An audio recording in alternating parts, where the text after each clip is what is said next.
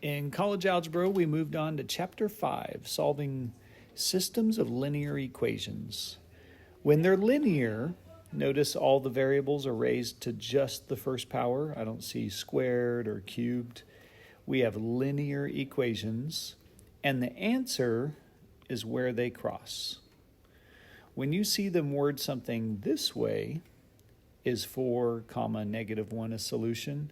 They're asking, do they cross? These two lines, do they cross at 4 negative 1? One way to solve, the way I prefer,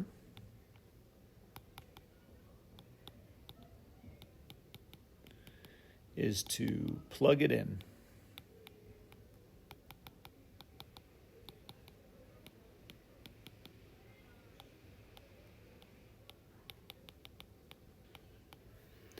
If both true,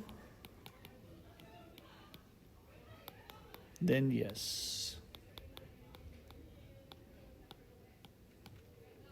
Now, you can also do substitution or elimination and just solve the system and check if 4 negative 1 is the answer.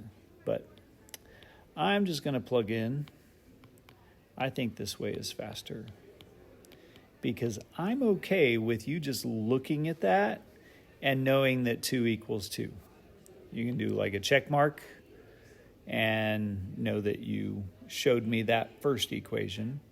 If you can't do that in your head, then work it all the way out, and obviously 2 equals 2 at the end.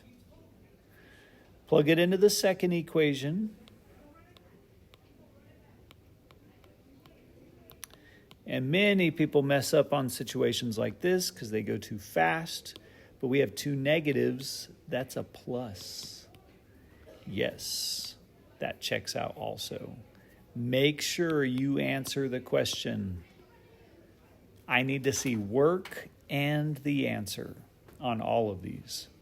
If you don't show work, you're going to lose more points than if you get the question wrong. On number 2, we're going to do substitution. And what you need to do first is let's pick an equation and solve for one variable. Plug that equation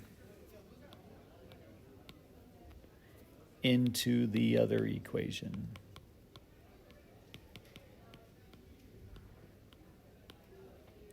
So look at our problem. It's already solved for y. This one is set up for substitution. You're ready to go.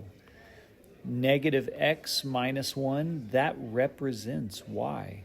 See how it says equals y? I'm going to plug that right here in place of that y. And that's substitution. So I'm going to say 4x minus 3 times negative x minus 1 equals 24. Do a little simplifying.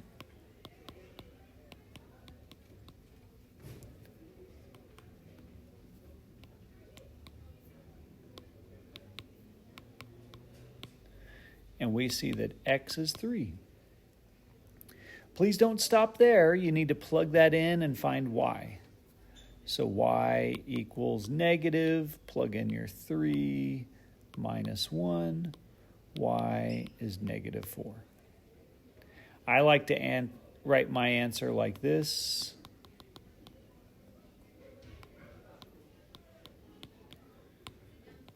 But if you just clearly note what x equals and what y equals, then I'm fine with it. All right, on Wednesday we did one more problem. We showed everyone how to do elimination in case you didn't know how to do it. We are hoping to add these 2 equations with a variable canceling out. Now, if I add these 2 equations, I'm going to get 12x and negative 6y. Did a variable cancel? No, a variable didn't cancel. So let's back up. I would do that part in your head, by the way. Let's make x cancel. We could pick y, but I picked x, sorry. And a common multiple between 3 and 9 is 9. If I multiply this equation by -3, I'm going to create a negative 9x. When I add it to the second equation,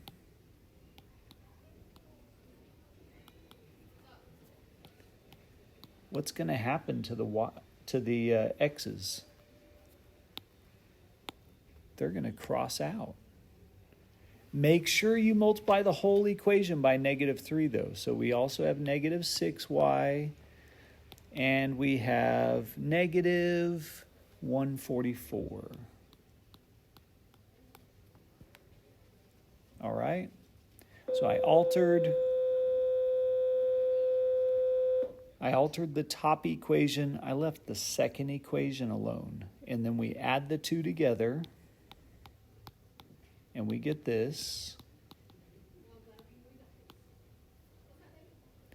We divide both sides by -14, and we get 12. Then, kind of similar to substitution, plug 12 back into either equation, typed equation.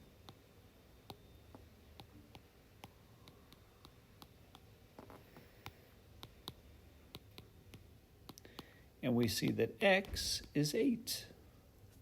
Our final answer is 812. All right, that's all we did today. See y'all later. Bye.